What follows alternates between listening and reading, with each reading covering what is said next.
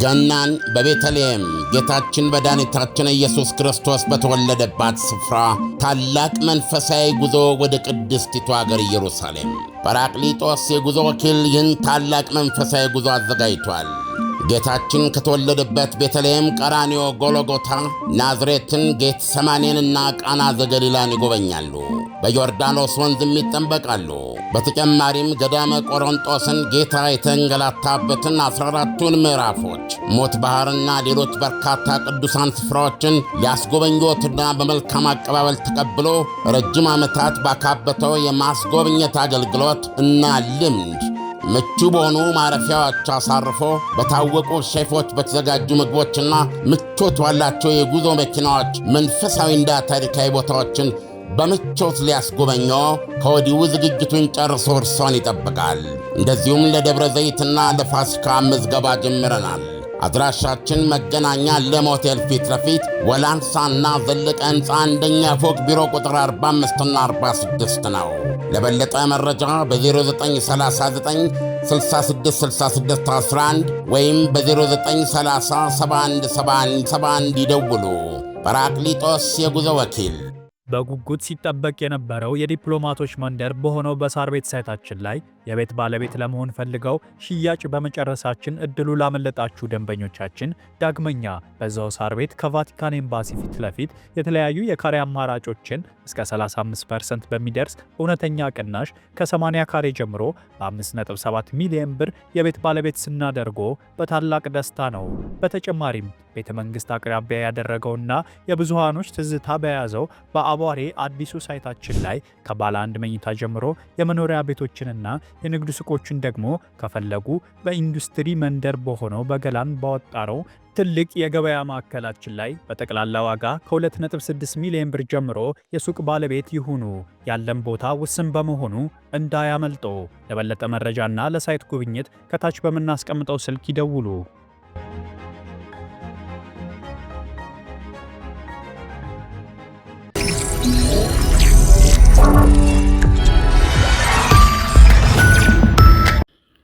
ይህ አዋዜ ሰበር ነው።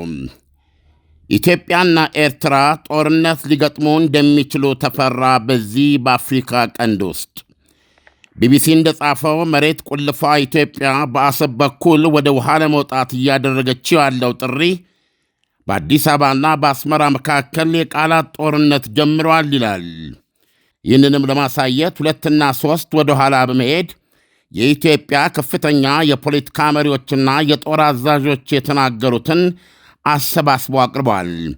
በመጠንም ቢሆን ከኤርትራም ቃኝቷል። የኢትዮጵያ ጠቅላይ ሚኒስትር ዶክተር አብይ አህመድ ነበሩ ይላል።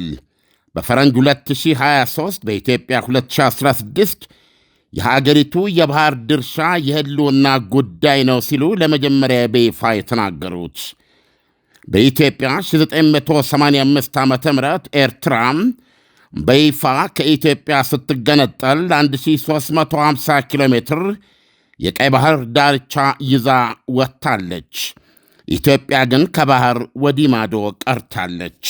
ሁለቱ አገራት ከኤርትራ ነጻነት መታወጅ 5 ዓመት በኋላ በመካከላቸው በተቀሰቀሰውና የባድመ ጦርነት ተብሎ በሚታወቀው የድንበር ፍልሚያ ከ100,000 ሕዝብ በላይ አልቋል ሲል ያስታውሳል።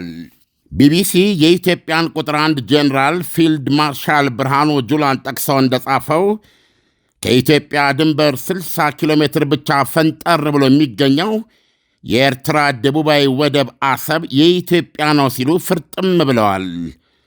ጦራቸው በኃይል ሊቆጣጠረው እንደሚችልም ፍንጭ ሰጥተዋል ብለዋል። ጠቅላይ ሚኒስትር ዶክተር አብይ አህመድ ነሐሴ 26 ቀን ሲናገሩ በበኩላቸው በኤርትራ መገንጠል ምክንያት ወይም ሳቢያ ኢትዮጵያ የቀይ ባህር ድርሻ ማጣቷ ስህተት ነው ብለዋል። ነገ ይታረማል ሲሉም አክለዋል። በኬንያ የኢትዮጵያ አምባሳደር ጡረተኛው ጄኔራል ባጫ ደበሌ በበኩላቸው አሰብ የኢትዮጵያ ሀብት መሆኑን ገልጸው በኃይል ይመለሳል ብለዋል።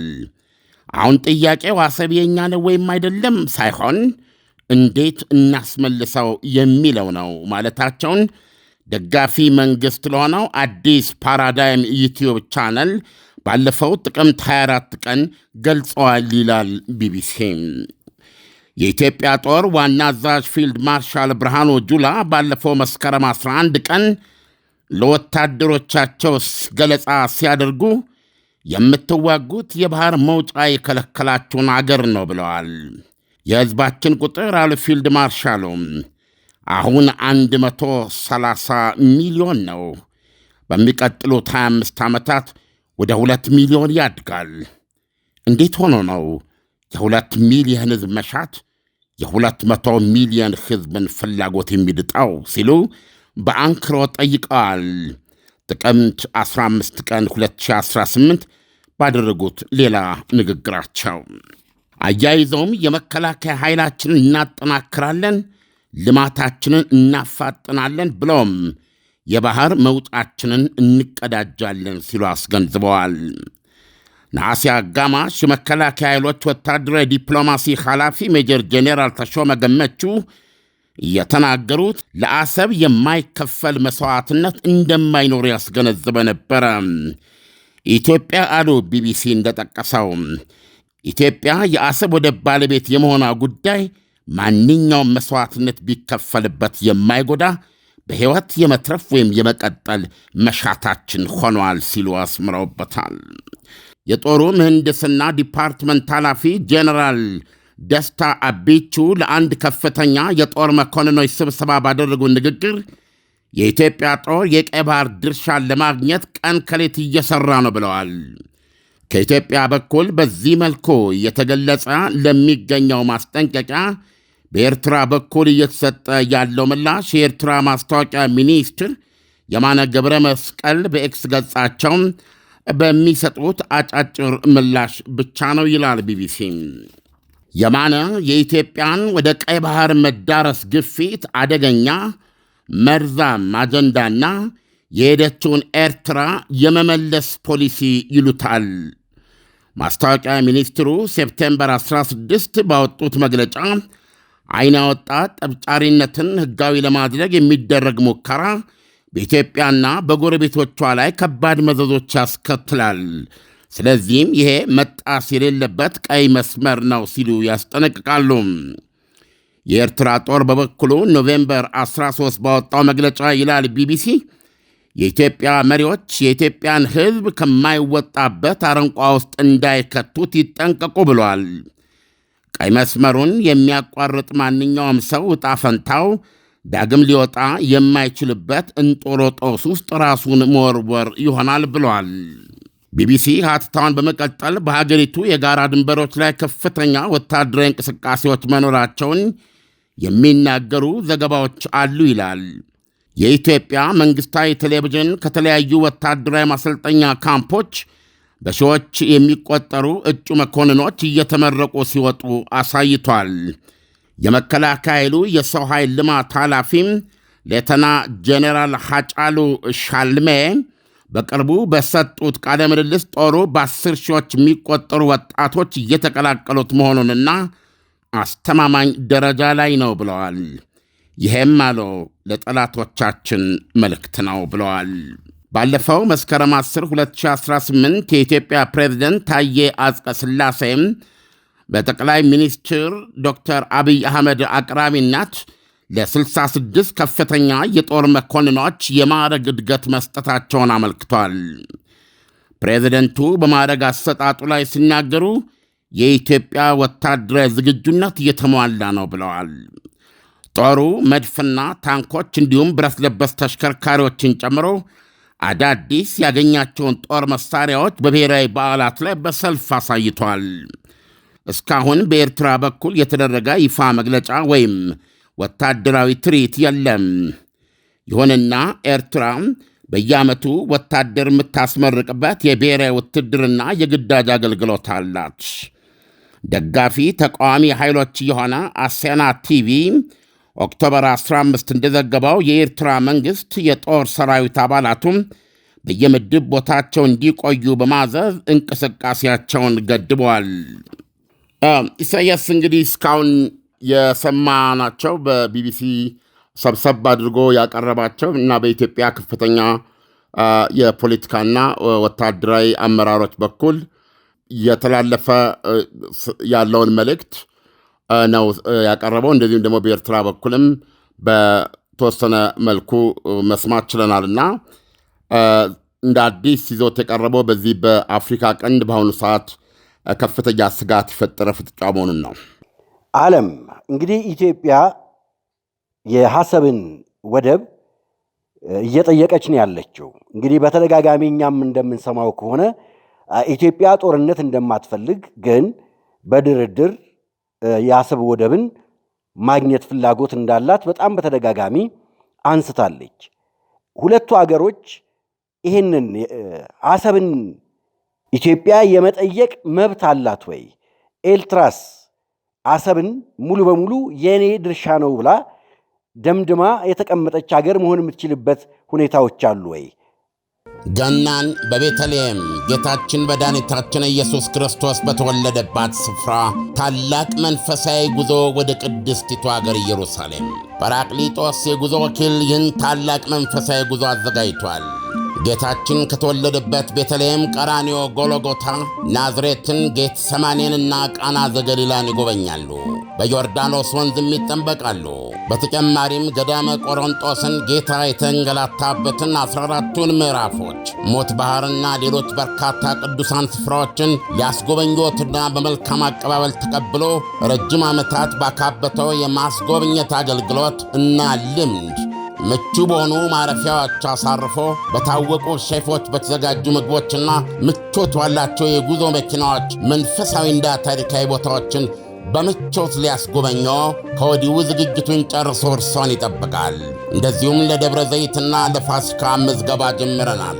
አድራሻችን መገናኛ ለም ሆቴል ፊት ለፊት ወላንሳና ዘለቀ ሕንፃ አንደኛ ፎቅ ቢሮ ቁጥር 45ና 46 ነው። ለበለጠ መረጃ በ0939 666611 ወይም በ0930717171 ይደውሉ። ጰራቅሊጦስ የጉዞ ወኪል። ተከታታይ በኢትዮጵያ በኩል በጠንካራ መልኩ እየሰማን ያለናቸው መረጃዎች እንደሚያመለክቱት ከሆነ በመሰረቱ አሰብ ራስ ገዝ የነበረና የኢትዮጵያ የህጋዊ ባህር መውጫ ነው የሚል ነው። ይህም በተመለከተ ለምሳሌ ባለፈው በፓርላማ በተደረገው ጠቅላይ ሚኒስትሩ በቀረቡበት የጥያቄና መልስ ፕሮግራም ላይ አንድም ሰነድ የለም ብለው ለህዝቡ ንግግር አድርገዋል። ጠቅላይ ሚኒስትሩ ኢትዮጵያ ከቀይ ባህር አገርነት የተገለለችበትን የቀይ ባህር አክሰስ ድርሻ ሙሉ በሙሉ ያጣችበት ሰነድ የለም ነው የሚሉት። በፓርላማ ደረጃ ያን ጊዜ ፓርላማማ አልተዋቀረም። በሽግግር ጊዜ መንግስት ነበረ። በሽግግር ጊዜ መንግስትም ውስጥ የካቢኔ የሚኒስትሮች ስብሰባ እንኳ በዚህ ጉዳይ ላይ ተሰብስበው እንደ ሚኒስትሮች ያሳለፈው ውሳኔ የለም ነው የሚሉት እና ኢትዮጵያ ቀይ ባህርን ያጣችው ያለ ሰነድ ነው የሚል አቋም በኢትዮጵያ በኩል በጽኑ እየተራመደ ነው ያለው። በተለይ ደግሞ በአሰብ ወደብን በተመለከተ ከኋላ እየጻፉ ያሉ ብዙ ታሪካዊ ጉዳዮች አሉ። አሁንም በኢትዮጵያ በኩል ያለውን ነው የምነግርህ። ስለዚህ አንደኛ አሁን በዜናው ላይ የምንሰማኸው ከባህር በራክና የባህር አካል በመሆን መካከል ከፍተኛ ልዩነት አለ። ኢትዮጵያ አሁን የመሬት ቁልፍ መሆኗን ብቻ ሳይሆን በተለይ እንደ ግብፅ ያሉ የታወቁ የኢትዮጵያ ጠላቶች ከኋላ በተለያየ ኃይሎች የሚደገፉ ናቸው። አሁን ኢትዮጵያን መውጫ የማሳጣት አጠቃላይ መውጫ የማሳጣት ይሄ ወደ ኢኮኖሚ አፈናም ሊሄድ ይችላል። አሁን ለምሳሌ ግብፅ በጅቡቲ አካባቢ ምን ልታደርግ እየፈለገች ነው የሚለውን ነገር ስንመለከት እና አንዳንድ የእሷ እኔ ስለ ግብፅ ለመናገር ትንሽ ያስቸግረኛል። ዳፍንት እንደ ግብፅ ያለ ሀገር ከፍተኛ ውጊያ ሊገጥሙ ይችላል። በኢትዮጵያ የሚሆን በማንኛውም ወገን በውጊያ አፈር ሊግጥ የሚገባ ህዝብ ነው። ከሪያሊቲ በጣም የወጣ የወጣ እጅግ ወደኋላ የቀረና በታሪክ አጋጣሚ ከውሃው ይልቅ ውሃው ላይ ካለው ጥቅምና ፍላጎት ይልቅ በየአጋጣሚው ዓለም ብሎ የሚያዳምጠውና የሚፎገላባት አገር ስላገኘ ሀያልነት የሚሰማው በእውነት ነው የምነግርህ የቀወሰ በጣም የወንጀለኛ መንግስት ነው። ተከታታይ የግብፅ መንግስታት ቤዚካሊ የራሱ ህዝብ ያለው ነው። ግብፅ እኮ በአጠቃላይ ንጉሳዊ ስርዓቷን ከገረሰሰች በኋላ 4 መንግስት ያላት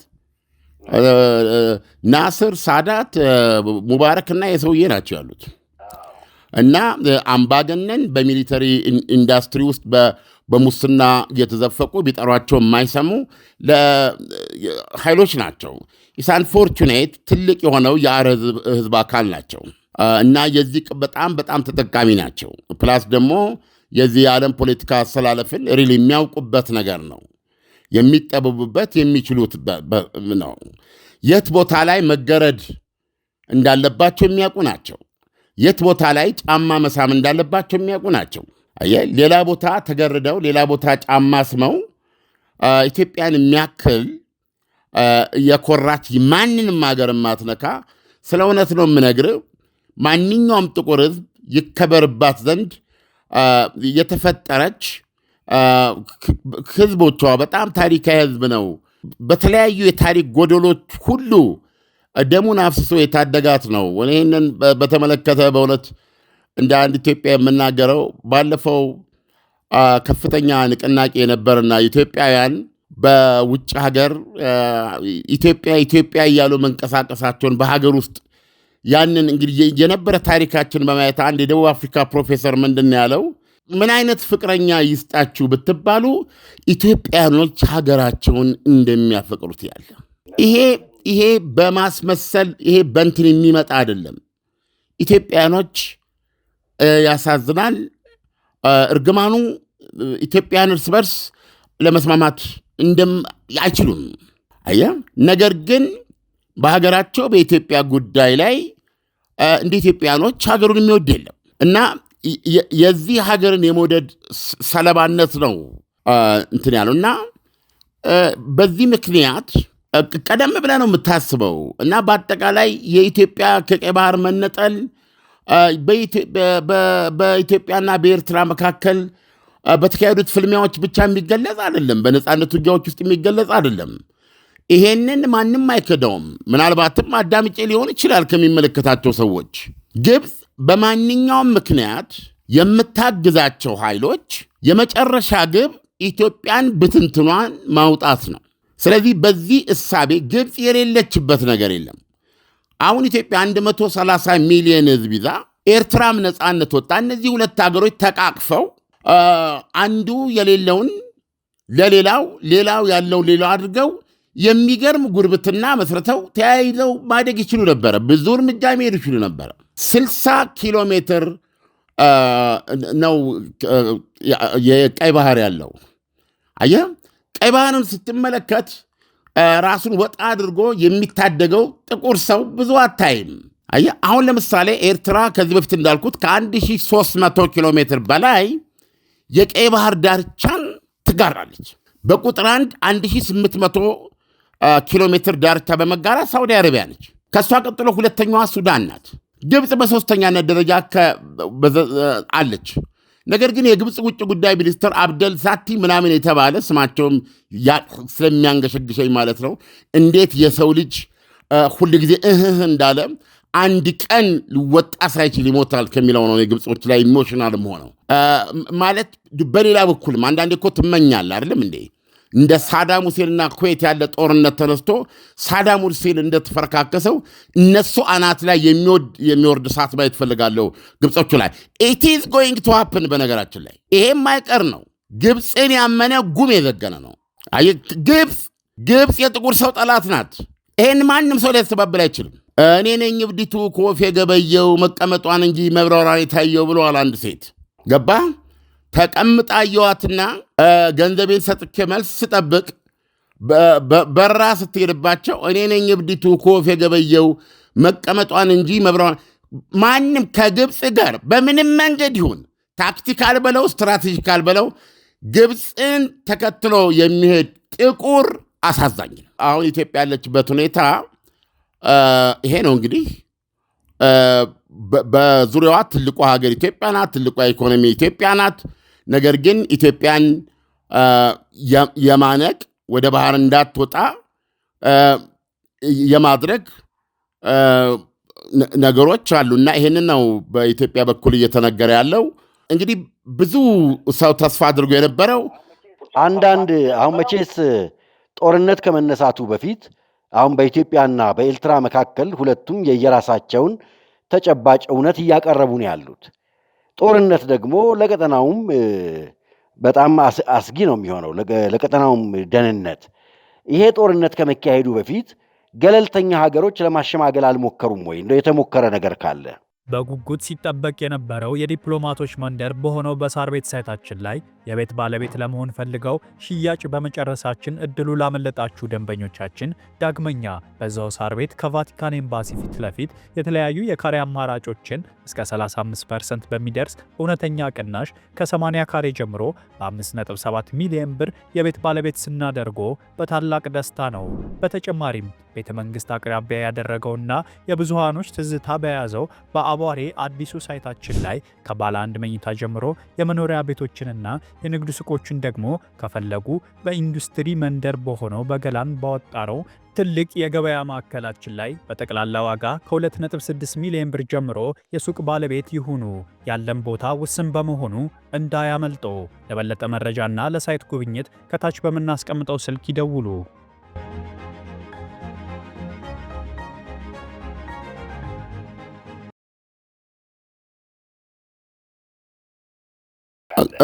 አይ ቲንክ የሚፈለገውም በሁሉም በኩል እንዲሳካ የምትፈልገው ነገር እሱ ነው። በጣም ግልጽ በሆነ መንገድ ማንም ሊረዳው የሚችለው ነው ይሄ እና ደግሞ ውስጡ መጠቃቀም ነው ያለው። አየህ አሁን ያንን ተሻግሮ ወደዛ ምዕራፍ ለመሄድ በተለይ የቅርብ ጊዜ ትዝታ ነው በአስመራና በአዲስ አበባ መካከል የነበረው ግንኙነት በዛ መልኩ ጎምርቶ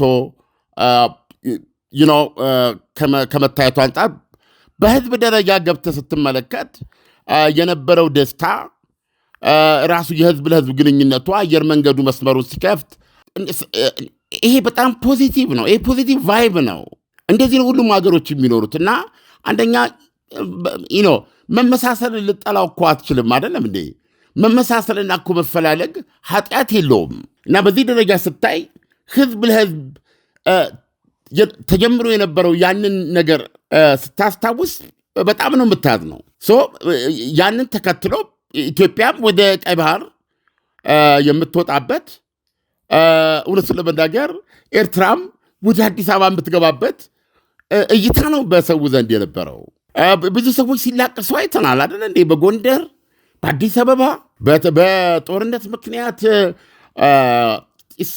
ሪሊ እኮ አንድ ሰው የተለያዩ ሰዎች ፀጉራቸው ሸብቶ እንደዚህ ሲገናኙ እና የኪነ ጥበብ ባለሙያዎች እኮ እዛ ሄደው የሰሯቸው ዜማዎች በምጽዋ ላይ የተለያየ ስንት በየምግብ ቤቱ በየምኑ የምናገኛቸው ኤርትራውያን ስንት ነበሩ። በፍረሴን ነው የምነግርህ።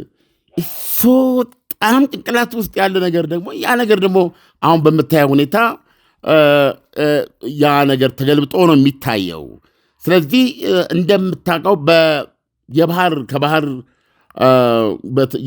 አልባ የሆኑ ሀገሮች ዝርዝር ውስጥ የኢትዮጵያ ቁጥር ከፍተኛ ነው። 130 ሚሊዮን ህዝብ ነው ያለው። ስለዚህ እውነቱን ለመናገር የኢትዮጵያ የባህር መውጫ ጥያቄ ከማንም በቀደመ እንዲሁ ከማንም በተመቸ ከኤርትራ በኩል ቢመጣ ነው የምትመርጠው አይደለም እንዴ?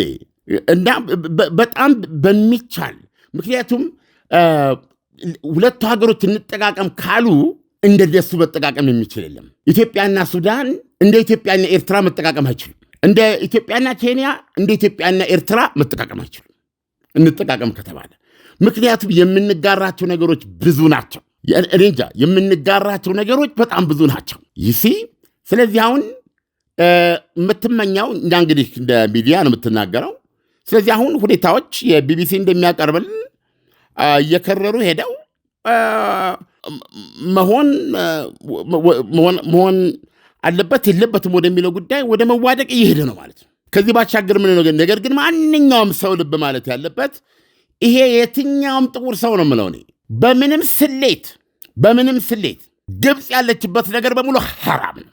ግብፅ ኢቪል ናት እና ከዚህ አንጻር ስናየው ስራዬ ብላ ደግሞ የምትፈልገው ቦታ ስለሆነ ግብፅ ካለችበት በማንኛውም ጉዳይ ላይ ጦርነት የማይቀር ነው። ኢሳያስ ማለት የምችለው ይሄንን ነው። በማንኛውም ጉዳይ ውስጥ ግብፅ ካለችበት ጦርነት፣ ደም መፋሰስ እና የንጹሐን ጥቁሮች ማለቅ የማይቀር ነው። መጨረሻ ላይ የምምለው ይህንን ነው። ስለዚህ የትኛውም ሀገር የትኛውም መሪ ራሱን ያከበረ መሪ የፈለገ ቢሆን ነው የምነግርህ ግብፅን ማራቅ አለበት።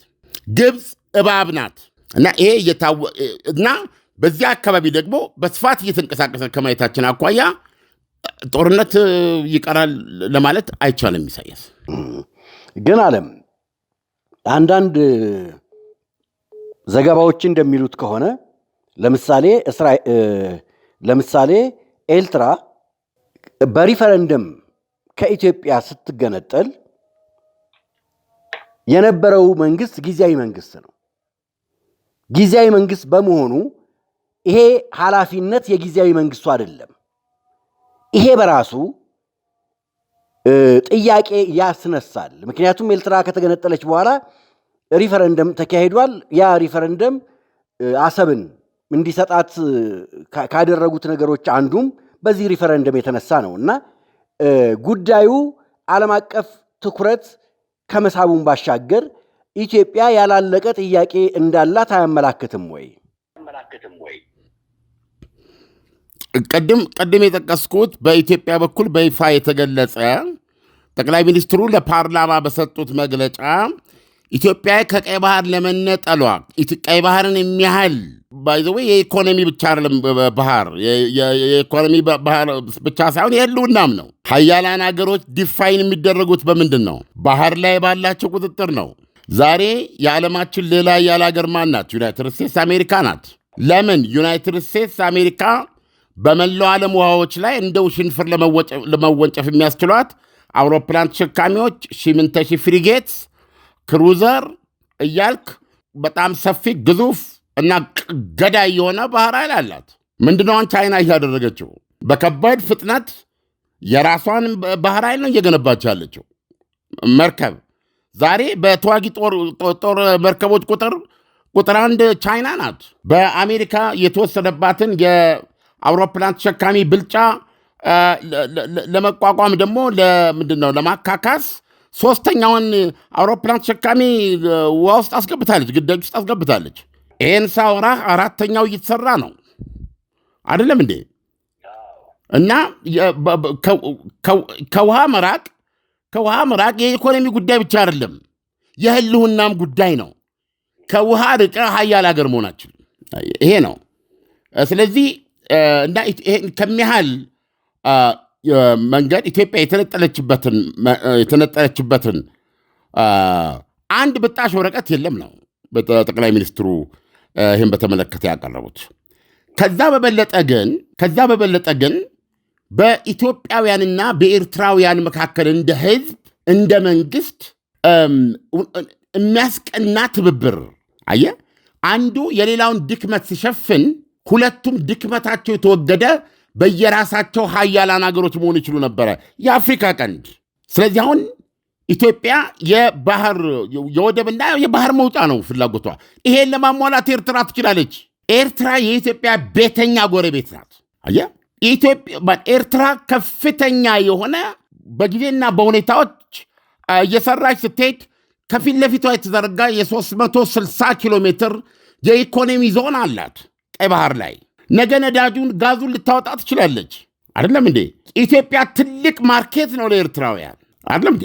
የራሱ የህዝብ እንቅስቃሴ ወደ ኢትዮጵያ መሸጥ፣ መለወጥ፣ ከኢትዮጵያ መግዛት።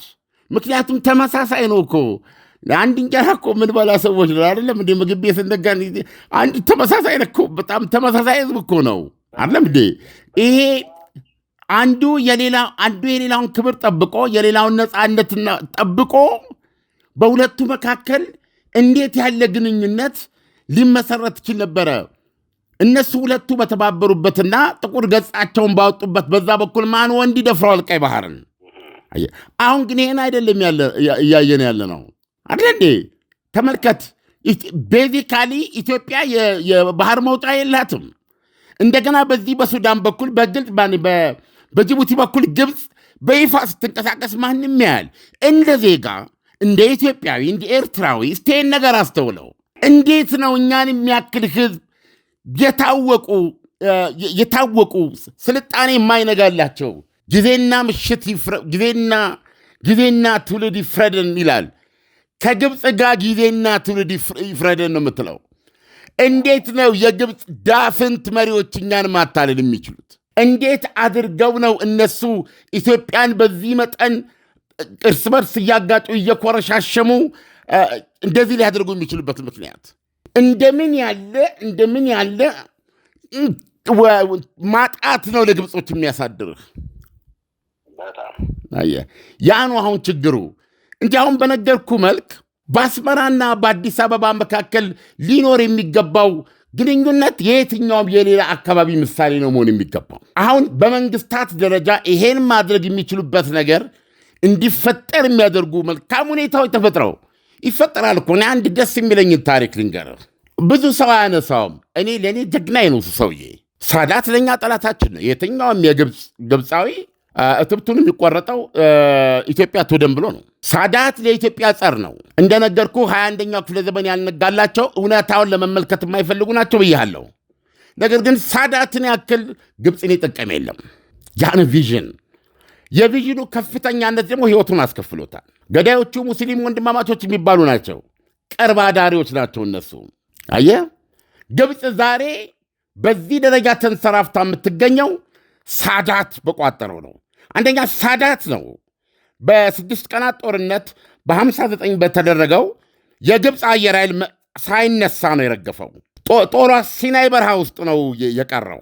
በአንጻራዊነት የግብፅ ሚሊተሪ ገጽታውን ያደሰው በተወሰነ ደረጃ አጥቅቶ ተቋቁሞ ክብሩን ሊመልስ የቻለበት አጋጣሚ በሳዳት መሪነት የተደረገው የ1975 ይመስለኛል በፈረንጅ ያ ጦርነት ነው፣ የዮም ኪፑር ጦርነት።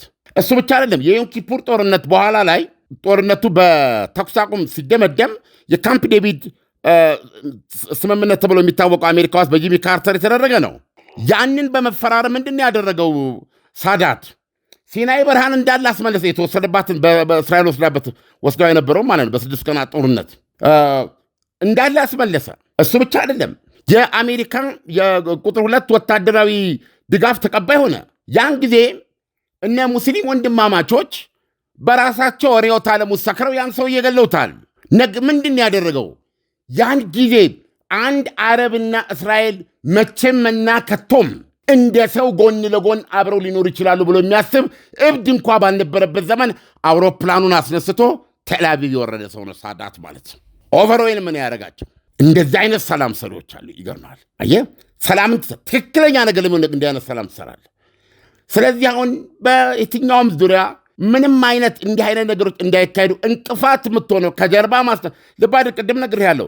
ኤርትራ ከ1300 ኪሎ ሜትር በላይ የባህር ዳርቻ ትጋራለች። የቀይ ባህርን 1800 ሳውዲ አረቢያ ናት አንደኛ፣ ሁለተኛ ሱዳን ናት፣ ግብፅ ሶስተኛ ናት፣ ኤርትራ አራተኛ ናት። የግብፅ ውጭ ጉዳይ ሚኒስትር ምንድን ነው ያለው?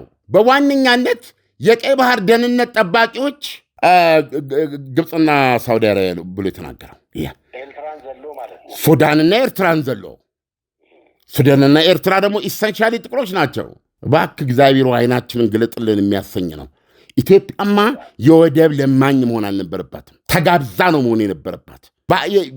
የቀይ ባህር መውጫ የእኛ የቀይ ባህር መውጫ ማግኘት የማንም ኪሳራ አይሆንም ነበረ። የሁላችን ደህንነት የሚጠበቅበት ነበር የሚሆነው እና እኛ የምንመኘው እንደ ሰው እንደ ህዝብ እንደዚህ ነው ኢሳያስ። ነገር ግን መሬት ላይ ያለውን ሪያሊቲ ከጠየቀኝ ቢቢሲ ያቀረበው ምንድን ነው?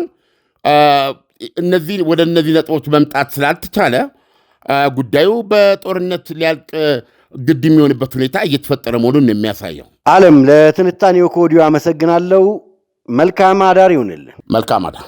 በጉጉት ሲጠበቅ የነበረው የዲፕሎማቶች መንደር በሆነው በሳር ቤት ሳይታችን ላይ የቤት ባለቤት ለመሆን ፈልገው ሽያጭ በመጨረሳችን እድሉ ላመለጣችሁ ደንበኞቻችን ዳግመኛ በዛው ሳር ቤት ከቫቲካን ኤምባሲ ፊት ለፊት የተለያዩ የካሬ አማራጮችን እስከ 35% በሚደርስ እውነተኛ ቅናሽ ከ80 ካሬ ጀምሮ በ5.7 ሚሊዮን ብር የቤት ባለቤት ስናደርጎ በታላቅ ደስታ ነው። በተጨማሪም ቤተ መንግስት አቅራቢያ ያደረገውና የብዙሃኖች ትዝታ በያዘው በአቧሬ አዲሱ ሳይታችን ላይ ከባለ አንድ መኝታ ጀምሮ የመኖሪያ ቤቶችንና የንግድ ሱቆችን ደግሞ ከፈለጉ በኢንዱስትሪ መንደር በሆነው በገላን ባወጣነው ትልቅ የገበያ ማዕከላችን ላይ በጠቅላላ ዋጋ ከ2.6 ሚሊዮን ብር ጀምሮ የሱቅ ባለቤት ይሁኑ። ያለን ቦታ ውስን በመሆኑ እንዳያመልጦ። ለበለጠ መረጃና ለሳይት ጉብኝት ከታች በምናስቀምጠው ስልክ ይደውሉ።